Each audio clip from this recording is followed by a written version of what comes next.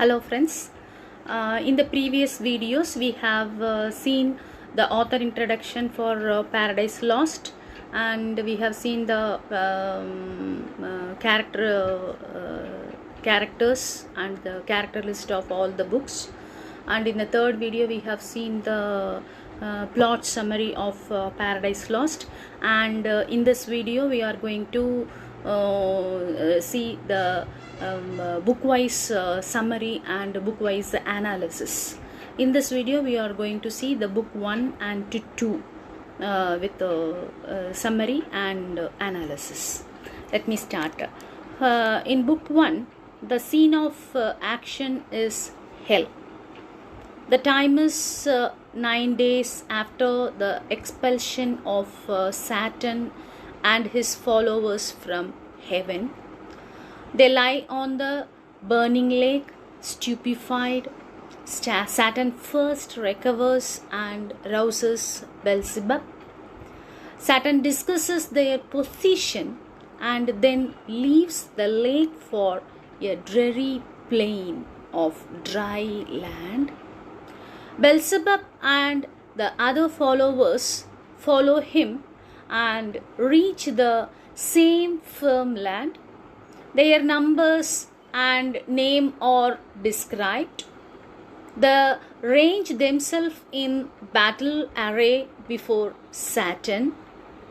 Addressing them, Satan says that they can still regain heaven. Satan suggests an alternative plan. They can win the new world created by God and inhabited by new beings. They want to discuss the matter in detail. So they build a vast palace called Pandemonium, where they decide to sit and discuss. Here a council is held. So this is the brief summary of book 1, and now let us see the analysis of the book 1. So Greek epics involved heroes, wars and heroic acts. They usually began with the writer invoking a muse as his guide. By invoking a muse that inspired Moses, Milton places Paradise Lost in the same epic category and religious texts, and signals that he is writing an epic in the tradition of ancient Greeks. Milton echoes and mimics earlier Greek epics in a few ways. His lengthy introduction and naming of all the fallen angels in hell resembles an epic catalogue, a long list of soldiers found in epics like the Iliad and Odyssey. Further, Milton portrays Satan as a military leader who assembles and commands his troop of fallen angels. This is similar to the ancient Greek epics that glorified war heroes and serves to paint Satan as a kind of idealized protagonist. But rather than hell, the tales of heroic men, Milton is dealing with issues of heaven and hell, God and Satan, and the fall of man. Also, he also draws a distinct parallel between Satan's rebellion against God and man's disobedience to God.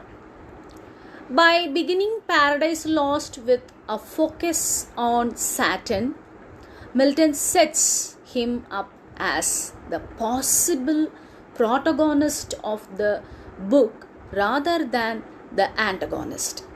Though Saturn realizes he has been defeated in his battle against God, his sense of pride doesn't allow him to ask God for forgiveness and re-entrance into heaven. Here Milton hints at the idea that even though Saturn thinks that he has control of his own life and decisions, so God is always one step ahead his creations.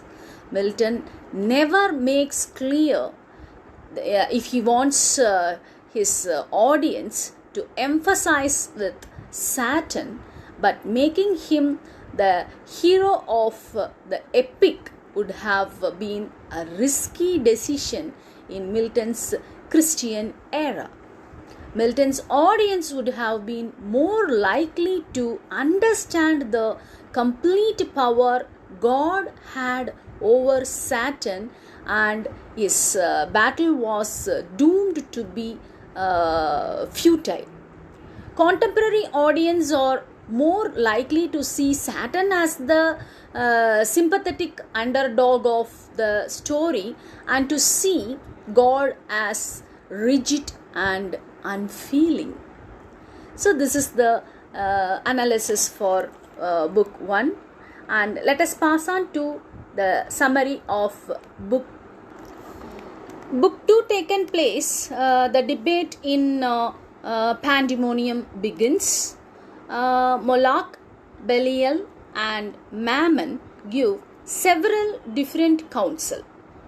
Beelzebub knows what Saturn has got in his mind and so echoes it in his speech. He reverts to Saturn's hint of the new world and suggests that they can either ruin the new world or win its inhabitants to their side. This will be best revenge against the Almighty. The plan is approved, but the problem is who is to undertake this work. None volunteers taken place, so Saturn offers to undertake the perilous journey. The angels devise ways of passing the time till Saturn returns. Some of the angels undertake to explore hell, which is now more closely described. Meanwhile, Saturn reaches hell gates and is suffered to pass by sin and death. He voyages through chaos in space. So this is the second book's summary. Let us see the critical analysis of book 2. In the analysis, Milton continues his allusions to Saturn as a military commander when he shows the council of devils debating strategies to defeat God. Though they seem to have an orderly debate, none realize that Saturn has already decided what will be done. He is letting them believe that they have some kind of say in the matter.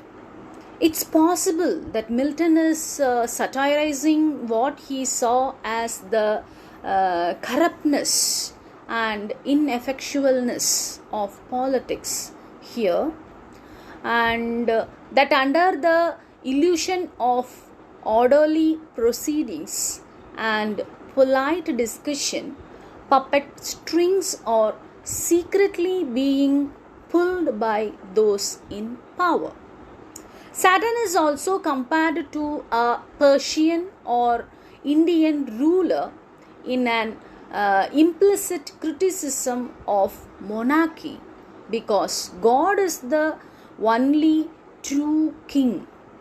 Saturn's rich throne indicates the empty, corrupt splendor of all earthly kings.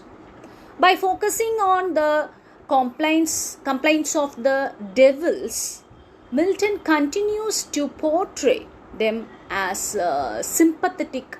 They are forced to God's bidding without any say in the matter, and without really understanding that God knows and controls the outcome of everything. This relates to the epic's overall theme of fate and free will, since Saturn believes that God restricts his ability to be free. Yet Saturn doesn't seem to question why, if God rules every action and has prior knowledge, he would be allowed to leave hell and fly to earth to corrupt God's new creation. Sin, death, chaos, and night are all literal characters in Paradise Lost as well as allegories. They represent a larger concept. Through the characters of sin and death, Milton seems to be suggesting that sin and death arise from disobeying God's wishes. Saturn creates sun from his mind after becoming jealous of the sun, and so becomes both an idea and a character. By colluding with Saturn, death and chaos help bring the concepts of sin and death into earthly world. So this is it. So in this video we have seen the book 1 and book 2 summary and its analysis. In the next video we will see the next books. Thank you one and all.